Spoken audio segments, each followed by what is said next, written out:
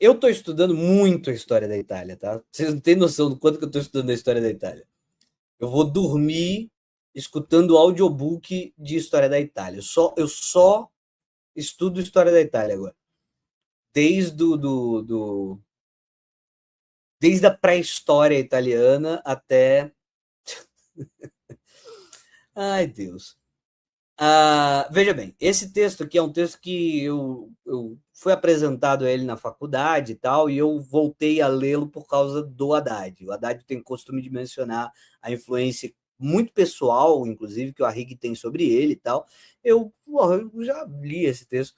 Porque o Voltaire é um mentiroso, filho da puta. Porque o Voltaire é um mentiroso, filho da puta, anti-ateu, filho da puta, desgraçado. Mentiroso. O problema principal é que ele é mentiroso. E ele ainda mente para defender aquele deísmo merda dele lá. Então, olha só. O longo século XX, e ele ganhou, né? Robespierre que ganhou dos rebertistas, né? Matou. Robespierre seguindo o volteirismo,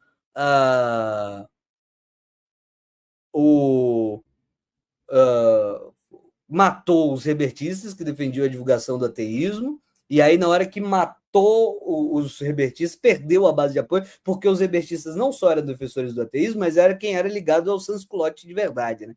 Aí quando ele perdeu essa base de apoio pela esquerda, depois ele mata o parceiro dele mais próximo, se isola completamente e é assassinado. É o típico caso do se fudeu foi pouco, né? É o típico caso do se fudeu foi pouco, né? E ele foi para cima dos rebertistas na alegação exata de que o ateísmo atrapalhava a revolução, né? Que o ateísmo atrapalhava a revolução. Então ele mata os rebertistas, mata Danton, se isola. Na hora que ele se isola, morre, né? Morreu foi pouco, né? Morreu foi pouco. Ora, se não são as consequências de minha própria atitude, né? Ora. Aí não é legal ter ateísmo, não. É legal ter a glorificação do grande Deus único, racional que criou o universo. Aí isso virou inclusive argumento contra ele, porque ele estava dizendo que era para adorar o Deus universo, o Deus sabedoria, o Deus universal, o Deus espírito, sei lá. Aí a galera falou isso, é claro que ele está fazendo esse louvor, é para ele próprio, né? Virou contra ele. Aí ele morreu. Morreu foi pouco, né? Se fudeu foi pouco. Mas vamos lá. Então, longo século XX, dinheiro, poder e as origens do nosso tempo. Veja bem, quero mostrar como é que é o sumário do texto aqui, ó. A ascensão do capital, os antecedentes dos ciclos sistêmicos de acumulação, a gênese das altas finanças, o primeiro ciclo sistêmico de acumulação, genovês, o segundo é o holandês, e o terceiro é a Inglaterra, né? A acumulação britânica aqui embaixo, tá certo? E depois vem para o movimento norte-americano, tá bom? Eu sou arriguiano, tá? Eu sou arriguiano, ok? Eu sou arriguiano. Eu parto do princípio de que estudar o sistema capitalista com geopolítica é indispensável, que é o pressuposto do livro do Arrighi, tá bom? Eu não me dizia arriguiano, não. Quem me convenceu a isso foi o ministro da Economia, tá? Eu sou arriguiano. Eu sempre falei aqui a importância da geopolítica, né? O Gustavo Machado fala que geopolítica é pseudociência, eu acho engraçadíssimo. Uma bobagem incalculável, né? Mas eu sempre falei aqui da importância da geopolítica, não ignorar a posição geográfica do capital, né? Aonde ele está sendo produzido, qual é o centro do capitalismo, quais são as suas margens, etc, etc, etc. Então eu sempre fui arriguiano por excelência, mas nunca me disse arriguiano. Agora retornando a esses textos, eu estou me encontrando enquanto arriguiano. Quer dizer, falta na obra de Marx, e falta mesmo, ele perder tempo mostrando essas transições, embora ele fale delas, tá? Ele fale delas de maneira muito clara.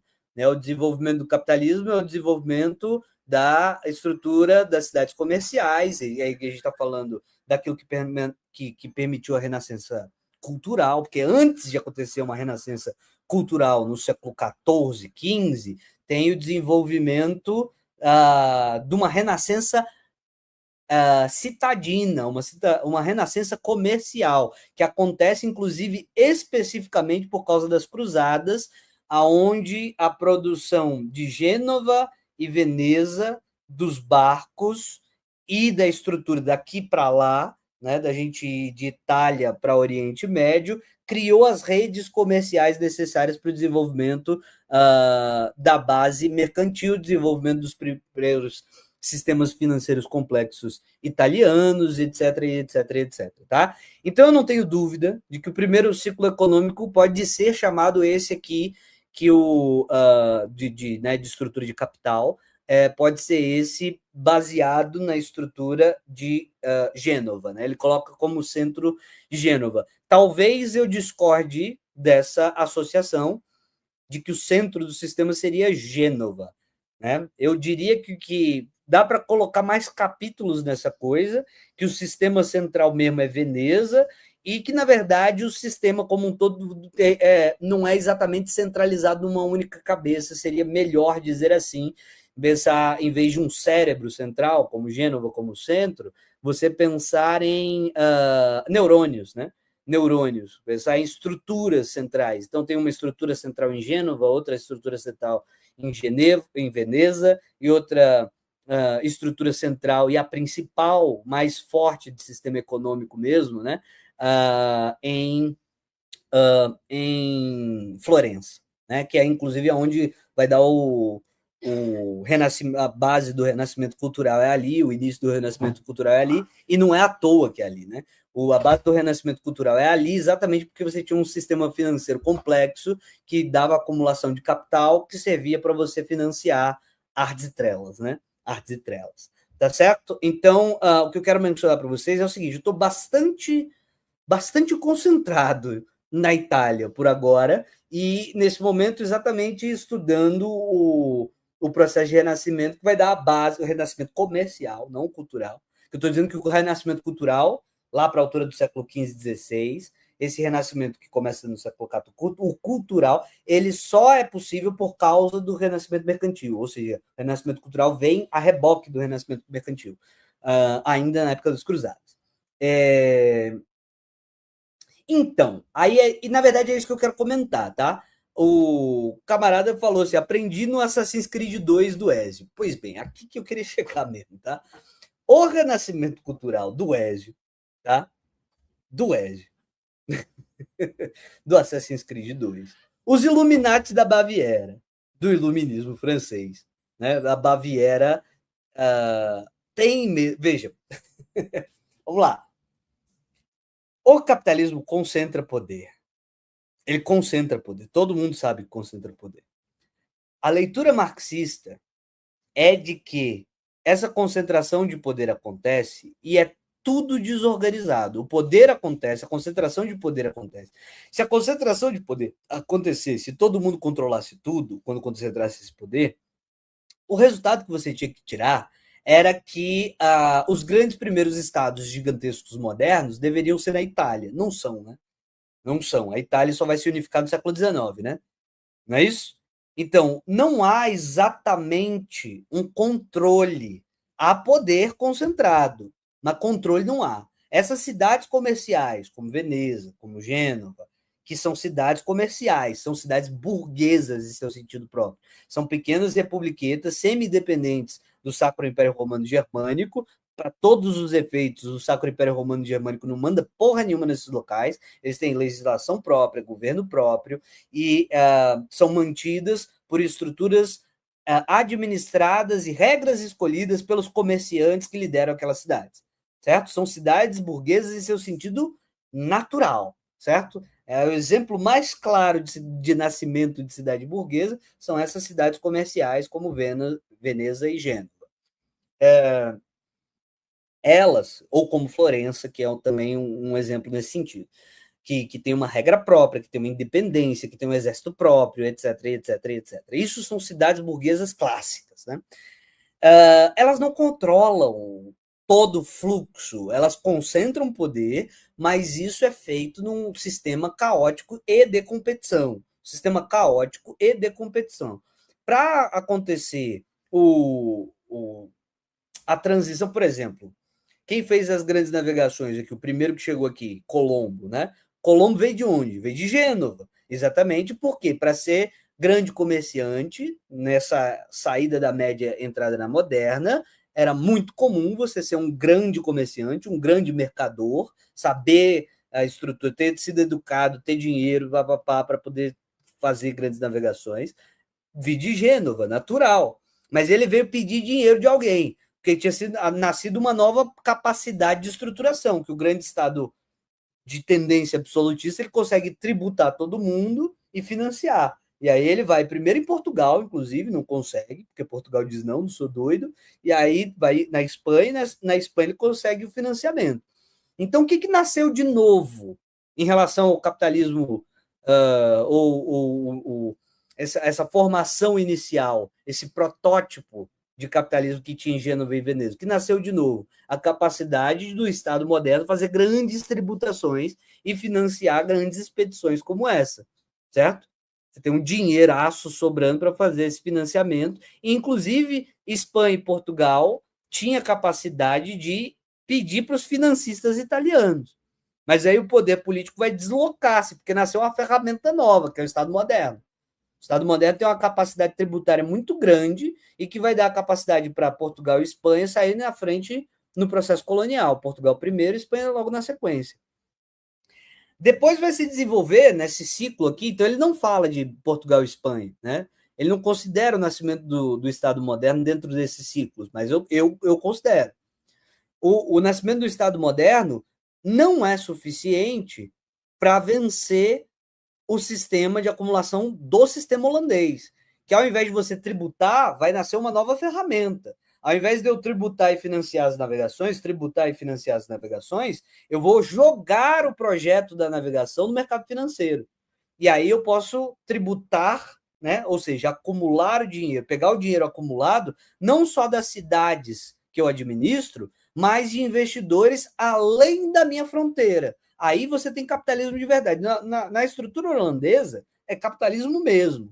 As instituições do capitalismo mesmo, mercado financeiro, é administrado por um Estado centralizado, que coloca empresas privadas em jogos de apostas de futuro. Nesse sistema, no holandês, é clarissimamente um sistema de financiamento de atividade que é tipicamente estatal, colonização, mas feita de forma privada com capital internacional. Aqui é capitalismo mesmo. Na Holanda, isso é muito claro, é capitalismo do jeito que a gente conhece. Tá? Na Holanda é capitalismo do jeito que a gente conhece. E consegue vencer a potência anterior. A Holanda era uma extensão do território Habsburgo espanhol. Consegue se soltar do Império Habsburgo e ainda consegue tomar quase todas as colônias na Ásia. Então aqui a gente está falando de núcleo do capitalismo global mesmo. E nessas disputas coloniais, você precisa tributar e ir para disputa, tributar e ir para disputa, tributar e ir para disputa. A Holanda inventou um sistema diferente. A gente vai fazer essa empresa e essa empresa vai dar retorno. Então eu consigo captar recurso na Europa inteira. É diferente o sistema, percebe? Não era assim aonde? Nem na Inglaterra, nem na França. Então a Inglaterra e a França continuam entrando em guerra, precisam financiar. A crise de financiamento da guerra, típica do processo colonial, da disputa colonial, vai fazer cair a Inglaterra primeiro e a França depois, colocando as pessoas para serem os grandes donos de capital, primeiro na Inglaterra e depois na França, para usurparem a posição de administração do Estado, criando parlamentarismo na Inglaterra e tentando criar uma monarquia constitucional na França. Esse processo é o que a gente chama de revoluções liberais. Do ponto de vista ideológico, elas são liberais, mas elas têm um ponto de vista mecânico também, que é dentro do século XVII inglês, se você quisesse ir para a disputa colonial, você precisava de financiamento. Você estava em guerra com a França, você estava em guerra com a Espanha, depois começa a ter treta interna na Escócia e depois na Irlanda. Você precisa financiar. Como é que você financia? Você precisa pedir para cidades enviarem mais dinheiro. Por isso a convocação do parlamento, que já existia desde o período medieval, você precisa fazer a convocação do parlamento. E o parlamento vai se negar, porque ele não concorda. Então você está perdendo poder político. Entenderam? Quando Carlos I não consegue lidar com o fato de que ele tem que financiar e o parlamento não quer, rompe-se politicamente o sistema. Certo? Que foi a Revolução Inglesa. A Revolução Inglesa é um desdobramento do fato de que a Inglaterra não tinha condições modernas de financiamento, né, no sentido holandês, é isso que eu estou dizendo, não tinha ainda, e no final das contas, não ironicamente, o rei que vai lá para a Inglaterra é um rei holandês. Aí as instituições vão começar a ser transportadas da Holanda para a Inglaterra e depois imitadas por toda a Europa. E aí é capitalismo para o mundo todo. Aí é capitalismo para o mundo todo. Primeiro para a Europa, ainda no século XIX para a Europa, e depois para o mundo inteiro, né? Começa na Holanda, transporta para a Inglaterra, a França imita, assim que o Napoleão toma o poder, ele cria o Banco da França, certo? Então começa essa estrutura que tem na Holanda, é transmitida para a Inglaterra, a França copia, tira na canetada o sistema feudal, e aí depois vai se espalhar no século XIX, depois que dá errado o Congresso de Viena, né? Aí vai se espalhar para o mundo todo. Tranquilo, gente? Estou entendendo o que eu estou dizendo? Então veja bem, vamos do início. Assassin's Creed. Assassin's Creed brinca com o fato. O primeiro episódio de Assassin's Creed, o primeiro joguinho, é precisamente sobre as cruzadas, certo? E aí eles criam uma noção de que por trás das cruzadas tem uma disputa universal entre libertários, chamados não, chamado assassinos, libertários, que tem origem num fato histórico, que são os assassinos lá que existiam mesmo no Oriente Médio, um clube de assassinos que existia mesmo no Oriente Médio, e os cruzados, que são pessoas que, no jogo, né, são pessoas que são muito vocacionadas à ordem, né? À ordem. E, portanto, o clash da história humana dali para frente é o clash entre a galera da ordem e a galera da rebeldia, certo? Tem dois arquétipos que nascem dentro de instituições e elas estão brigando pelo mundo. O desenho, o jogo, a historinha é interessante porque, apesar deles fazerem esses dois arquétipos nessas instituições, a verdade é que dentro das instituições tem pessoas complexas, quem poderia imaginar, né? Então você está no grupo dos ordeiros e de vez em quando tem um ordeiro, um dos ordeiros é rebelde. E aí no grupo dos rebeldes tem um rebelde que quer ordem. E aí tem todas as confusões e tal. O que eu quero dizer sobre essa historinha é o seguinte: é divertido, é baseado literalmente em fatos históricos, é literalmente baseado em fatos históricos, tá? De personagens históricos, pessoas históricas, cidades históricas, construções históricas, quadros históricos, é tudo baseado em historicidade, mas é desenho, certo?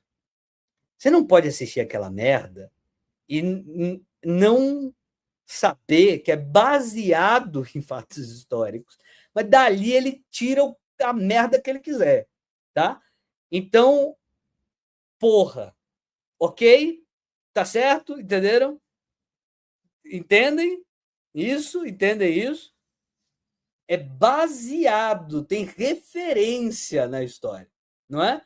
Ninguém vai fazer escândalo, é capaz de eu falar isso e você me tirar, inclusive, pro otário. Ninguém vai fazer escândalo quando eu falo isso de Assassin's Creed, não é? Aí a quantidade de pessoas começa a diminuir que entendem isso que eu estou falando quando a gente fala de Illuminatis da Baviera. Illuminati da Baviera, os Illuminati da Baviera, eles existiram de verdade. Era um grupo de pessoas com tendências iluministas que de fato queria revolucionar a sua pequenininha Baviera. Foram derrotados, mortos e dispersos. E acabou. Mas por que essa porra desse negócio faz tanto sucesso na consciência pública de débil mental? Porque eles foram mortos e dispersos, eles desapareceram, ninguém encontrou o corpo, matou, sumiu, ninguém sabe, ninguém viu, certo? E eles estão no espírito de um tempo muito específico, que é o século XVIII, em que as pessoas têm que se reunir reservadamente, porque depois da Guerra dos 30 Anos, né, que mostrou, certo? Guerra dos 30 Anos, no século XVII, mostrou que você não está livre para acreditar no que você quiser. A depender, para vocês entenderem, tá? Para vocês entenderem, a segunda parte da Revolução Inglesa, que é a Revolução Gloriosa, ela aconteceu basicamente porque catolicismo, tá? Então, era muito inoportuno, no século XVII até o século XVIII, você explicar para as pessoas qual era a tua religião, a depender de onde você estivesse. Então, as pessoas começavam a se reunir de maneira discreta. De maneira discreta. Na França, você tem a aparição da maçonaria. A aparição da maçonaria. Era um local para você se reunir discretamente, para você discutir política. Porque você não podia se reunir em qualquer lugar e falar qualquer coisa. Tá? Era assim com a maçonaria, era assim com os Rosa Cruz, que tem tudo aqui em Brasília, tudo tem prédio, tudo existe, tudo tem continuidade histórica até hoje. Tá? Tudo isso é real. Tudo isso é real. Reuniões discretas, porque se eu for falar o que eu estou fazendo, se eu fizer manifestação pública, eu não quero fazer manifestação pública, eu quero fazer manifestação com algum. Se eu fizer essa manifestação pública do que eu estou querendo fazer, eu vou me fuder, certo? Então, ficou muito comum organizações desse tipo. Na Itália, por exemplo, você tinha os abertos Jovem Itália, no século XIX, para a unificação da Itália, mas vocês tinham os discretos carbonários. Os discretos carbonários. Que eles queriam mesmo era colocar a cabeça do Papa no estaca, foda-se. Certo? Eles queriam colocar a cabeça do Papa no estaca. Eles vão falar isso em público? Não vão. Eles queriam colocar a cabeça do Papa no estaca. Os carbonários eram discretos. Certo? Porque eles queriam colocar a cabeça do Papa no estaca, por isso. Essas organizações, às vezes, elas podem se relacionar e, às vezes, elas podem ter projetos de união, de unificação, separação. A maçonaria tem 500 maçonarias, porque ela, igual o catolicismo, já rachou também, certo? Então tem 500 maçonarias e tal. Pois bem, esse tipo de coisa existe. Esse tipo de coisa existe desde a Antiguidade Clássica. Desde a Antiguidade Clássica. Coisas desse tipo, não a mesma organização, mas coisas desse tipo. Tucídides narra pra gente uma coisa que se chama etairas, que são irmandades. Etairas é irmandade. Que ele diz que a porra da Atenas começou a se fuder porque um clube de pessoas, filha da puta, começou a se organizar para decidir as coisas antes, para chegar na hora dos debates políticos, dentro da eclésia, já chegar meio que com as coisas resolvidas, né? A eclésia acontecia, mas tinha, tinha os clubes das galerinhas que se organizava para decidir certas paradas antes. Como, por exemplo, o que matou Atenas, né? Que era ir para a porra da Sicília, né? Isso, portanto, sempre existiu, tá? Isso sempre existiu. O que essas porra fazem? Tipo, Assassin's Creed, essa teoria aí que os Illuminati, na verdade, são, né, os americanos, né? Que tudo é a mesma coisa e tal. Como sempre existiu clubes desse de interferência política, e sempre existe, sempre houve essa porra. Vários clubes diferentes, em lugares diferentes, com nomes diferentes, com organizações diferentes, e normalmente são as coisas que são iniciadas assim, entre 30 caras que depois vai influenciar na política e consegue fazer alguma coisa. Consegue colocar um prefeito na cidade, etc e tal. Porque como que começa a política, querido? É porque a gente está acostumado com a internet, né? Na internet começa a política com a gente colocando a cara falando sozinho para 1 milhão de habitantes. Mas política não começa assim. Política começa com você se reunindo com 4 pessoas. Olha, temos uma ideia, vamos fazer uma parada. Aí dessas 4 vira 10, dessas 10. Por exemplo, Giuseppe Garibaldi, quando ele tomou o sul da Itália, ele começou com 1.000 homens. Com 1.000 homens. No final tinha 50 mil, mas quando ele começou, ele tinha 1.000 homens. Quando Fidel Castro invade a Bahiazinha lá de Cuba, ele tinha 3.000 caras, porra. Certo? Começa assim, começa pequeno, entende? Aí depois vira uma estrutura que toma o Estado, depois vira, mas começa pequeno, começa de algum lugar, né? É na internet que são 10 caras falando no YouTube, né? Na internet são 10 caras falando no YouTube. Né? Exato. Quando você pega, a galera fica achando, quando você pega a formação do Partido Social Democrata Russo, são 20, 30 caras. Tem foto disso, tá ligado? Tem foto disso. São 20, 30 nerd fudido, certo? Começa assim, começa assim. Então esses clubes, né? Os dezembristas que tentaram dar o golpe na Rússia, que Lenin admirava os dezembristas pra caralho, inclusive.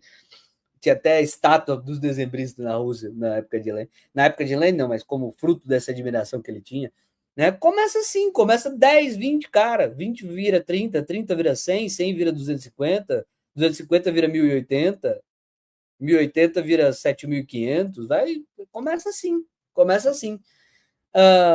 Não, tipo assim, pior que do PCCH também é assim? Não, não é pior que do PCCH assim. Em qualquer caso da história é assim. Como isso acontece sempre, toda organização política começa assim, toda, da terra inteira, certo? Da terra inteira, certo? Os vikings tomaram a Inglaterra, quase tomam, entram na família real francesa e quase tomam o sul da Itália inteiro. Começa como? Começa com um cara que diz assim, ó, vamos fazer mais do que apenas pirataria em praia, vamos chegar lá e vamos ficar, pronto, é o primeiro caso. É o primeiro caso. Aí depois cresce, né? Então é assim porque é assim que é a dinâmica política. Qualquer força que aparece. O cristianismo. O cristianismo chegou no. Aí a galera começa a inventar umas coisas loucas, né? Não, o cristianismo foi inventado pelos imperadores, né? Não, não é assim, não, porra. Não é assim, não. Não é assim, não. Começa um negócio pequeno, aí vai crescendo, vai crescendo, vai engolindo, vai engolindo. Aí depois aparece o imperador e fala: caralho, é uma boa ideia, né? Adotar esse negócio. Mas começa assim, pequeno. Ah, sempre é assim. Sempre é assim. Beleza. Pois bem. Então, veja, quando eu falo isso dos Assassin's Creed, né, que tem pequenas reuniões de pessoas, sempre existiu na história, o que, que o Assassin's Creed cria? Ele cria uma narrativa de que não, é o mesmo clube de pessoas. Aí eles falam assim, como eles começaram nas cruzadas, você pensava que a história ia ser assim, né? Começou aqui nas cruzadas. Não. Como assim os cruzados começaram nas cruzadas? Se você olhar para trás, tinha o embrião disso lá na Grécia Antiga. Aí eles primeiro foram pro Egito, né? Eles foram primeiro pro Egito do tempo de Júlio César. Ali já tinha. Então tá, mas cadê a origem? A origem tá lá na Grécia Antiga. Eles fazem essa associação mesmo que eu tô dizendo para vocês. É como se as etarias da época da Grécia, fossem digamos, o início, o início da formação já desse futura guerra entre dois grupos que se extinguem, certo? É patético, né? É óbvio que é patético, é óbvio que isso não é real, mas seria legal, né? Se a gente dissesse que a história humana toda está ligada por uma disputa entre arquétipos que se concretizam em organizações reais. É bonitinho, né? É bonitinho, né? É como se você se perpetuasse na história através. E aí todos os personagens famosos da história, eles de alguma maneira entraram em contato com essa linha. É legal, né? Legal, é bonitinho, só é loucura, né? Quando a gente fala isso de um jogo, todo mundo entende, porque ninguém diz que aquilo é verdade, ninguém. Agora, quando a gente fala isso dos Illuminati da Baviera, por que metade da população acha que é razoável? Os Illuminati da Baviera, eles tinham princípios iluministas, tinham, sim, claro que tinham. Eles tinham pretensão de dar golpe de Estado, tinham. Era no mesmo espírito do pensamento que gerou o golpe de Estado nos Estados Unidos, certo? Tem. É o mesmo movimento intelectual, né? O mesmo espírito do tempo que está na maçonaria brasileira, que vai influenciar em Pedro II, e etc e tal. É. Mas cada órgão desse é diferente. Cada posição, cada órgão, inclusive, tem independência. A galera fala como se fosse uma coisa colada, todo mundo fosse a mesma coisa e recebesse mensagens de um deus e tal. Isso é completamente maluco. Isso é completamente maluco. Completamente maluco. Mas a galera compra. A galera compra. A galera compra essas coisas. É a mesma coisa que o Chuetin faz. Tá? É a mesma coisa que o Chuetin faz. Ele fala de maneira muito clara, muito óbvia e muito evidente de que há uma espécie de problema nos Estados Unidos, que os Estados Unidos são coordenados pela maçonaria judaica, tá?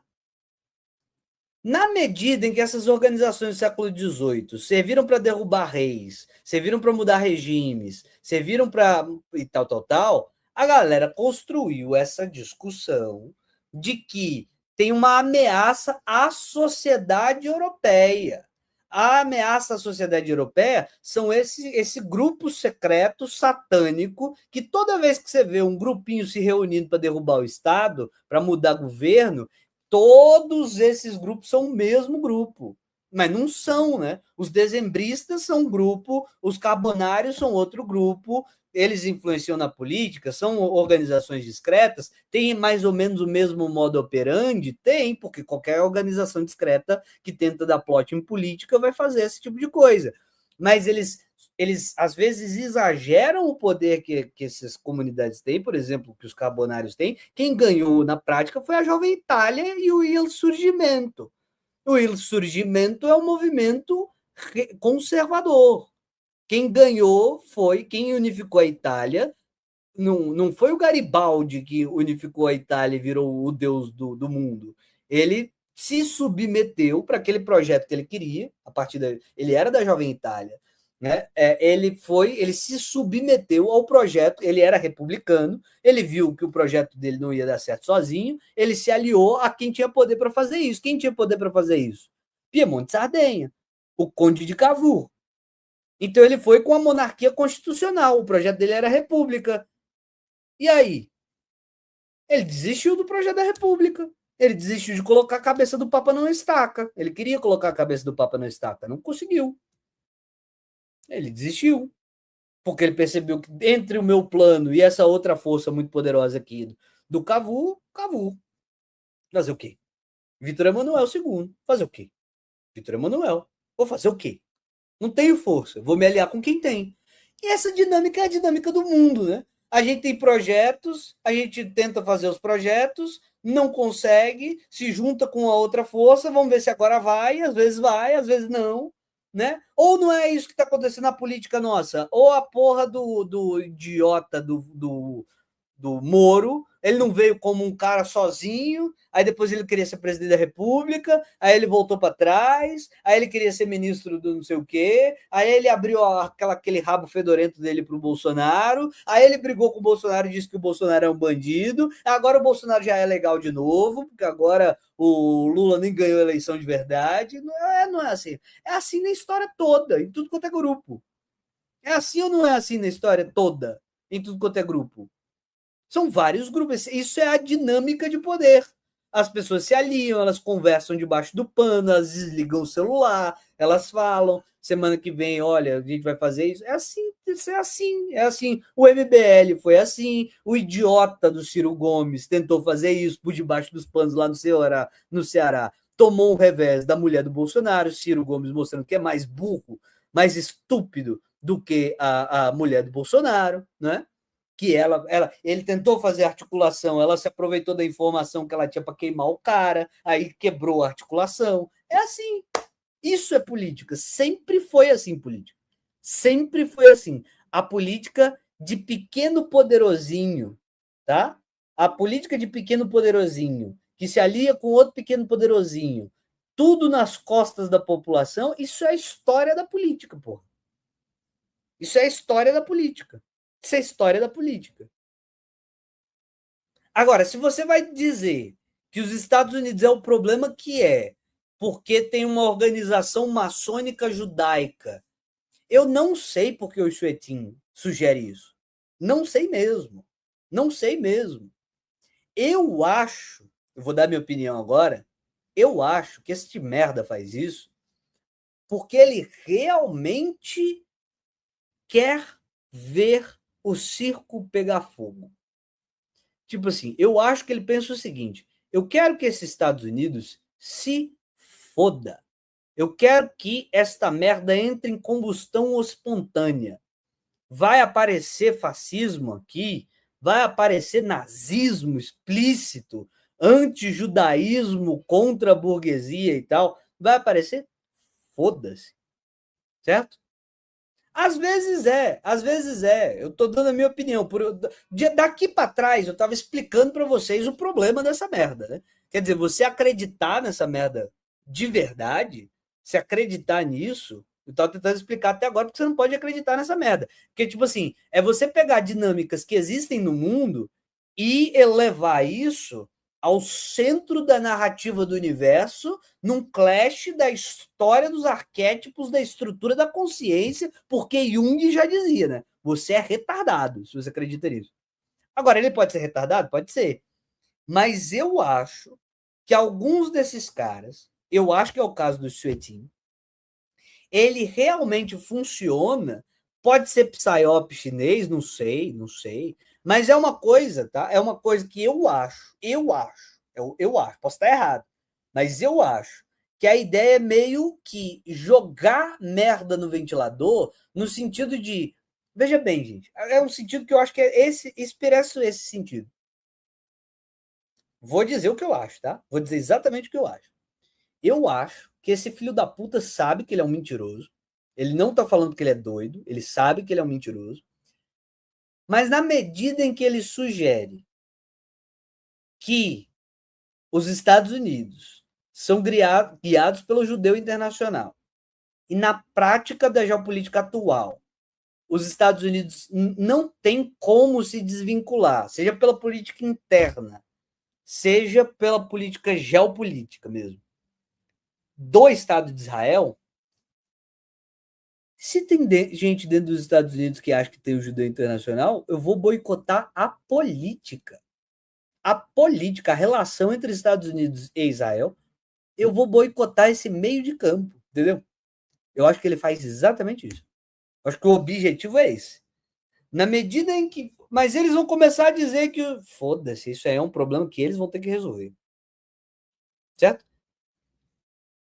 Eu sei que às vezes o doido é só doido. Mas eu tenho certeza que a Rússia faz isso de propósito. A Rússia faz isso de propósito. A Rússia insufla fascismo na Alemanha porque foda-se.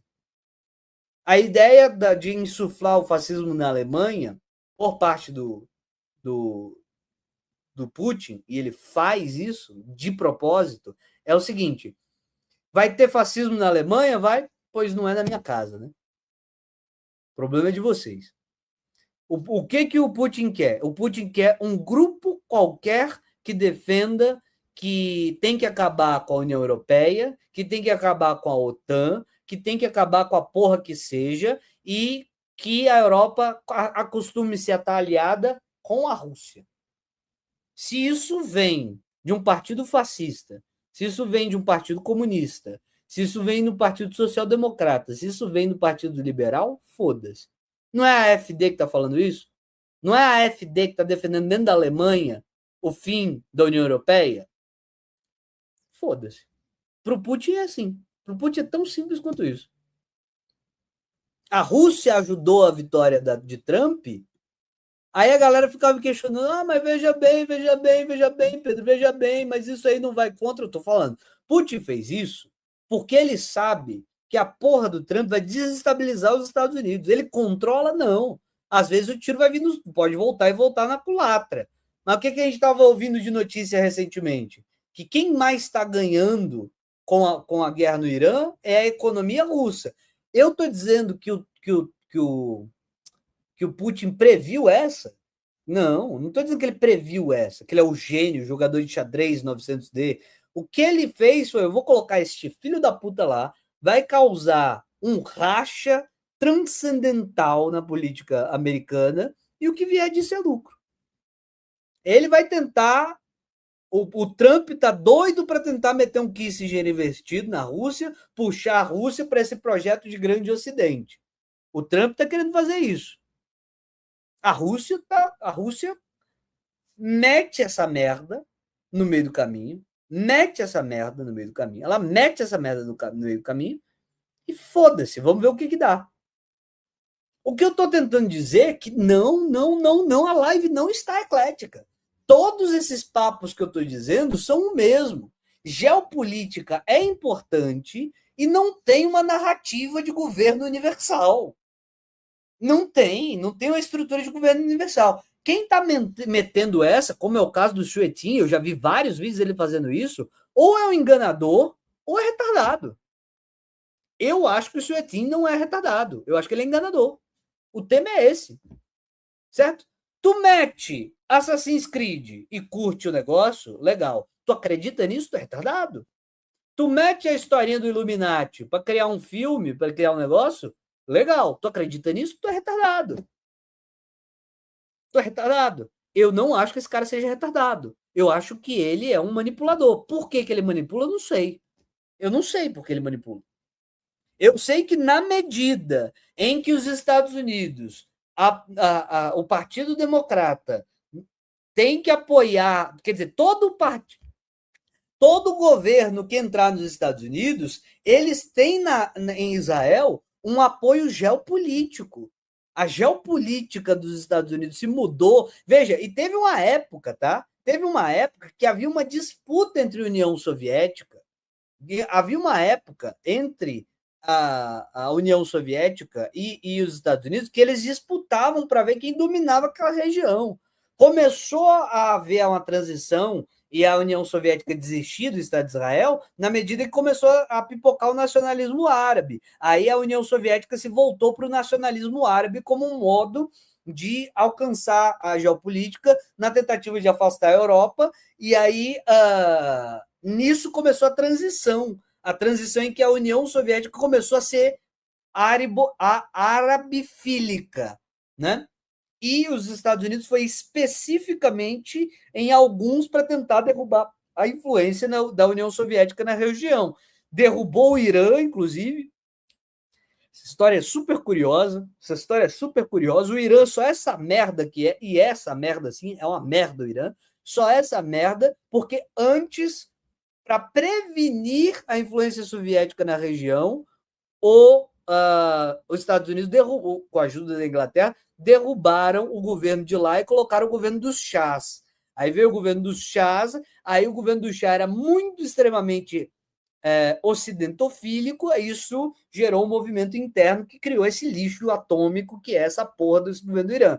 A mesma coisa em relação à Arábia Saudita. A Arábia Saudita descobriu o óleo, Estados Unidos, oi, democracia, chegou lá, cercou a Arábia Saudita e falou: vamos fazer um mercado aqui, você e eu. Começou a ter influência na região. A Arábia Saudita foi ficando rica, rica, rica, rica, rica, rica. Um dos filhos lá de monarca filho da puta que tinha lá, que era o porra, a porra do Osama Bin Laden.